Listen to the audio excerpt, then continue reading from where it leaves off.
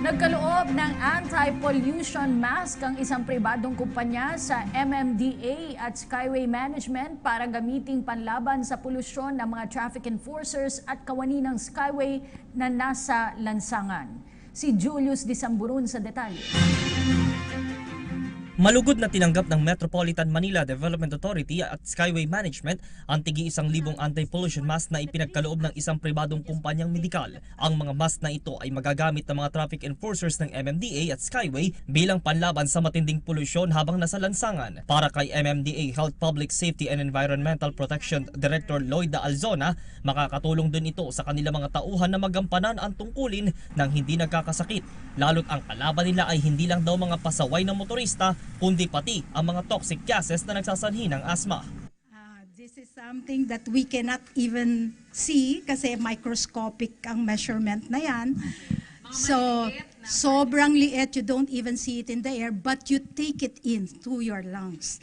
Kaya the smaller it is, the smallest is 2.5, the worse it can affect your condition.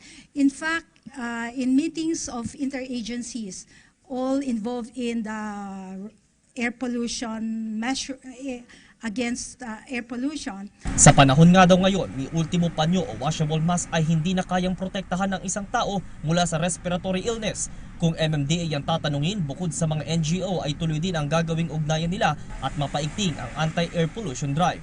Suportado din daw nila ang modernisasyon sa mga pampublikong sasakyan, hindi lang para matiyak na ligtas itong masasakyan ng mga commuters, kundi para masigurong hindi ito nagbubuga ng maitim na usok. Batay sa datos, nasa 71% ng polusyon sa hangin ay nagmumula sa mga sasakyan, mapapampubliko man o pribado, na kung saan pasok sa PM2.5 particulates. Maliit man daw itong parte pero mapanganib sa isang tao. There is a 32% increased risk of dying in diabetics. For COPD, there is an increase of 28%. For CHF or congestive heart failure, there is 27%. And for inflammatory diseases like your asthma, you have 22% increase of dying. Asthma cannot be cured, okay, but it can be controlled. Kaya madalas daw sa mga lugar na mata-traffic at maraming sasakyan na itatala ang mataas na total suspended particulates.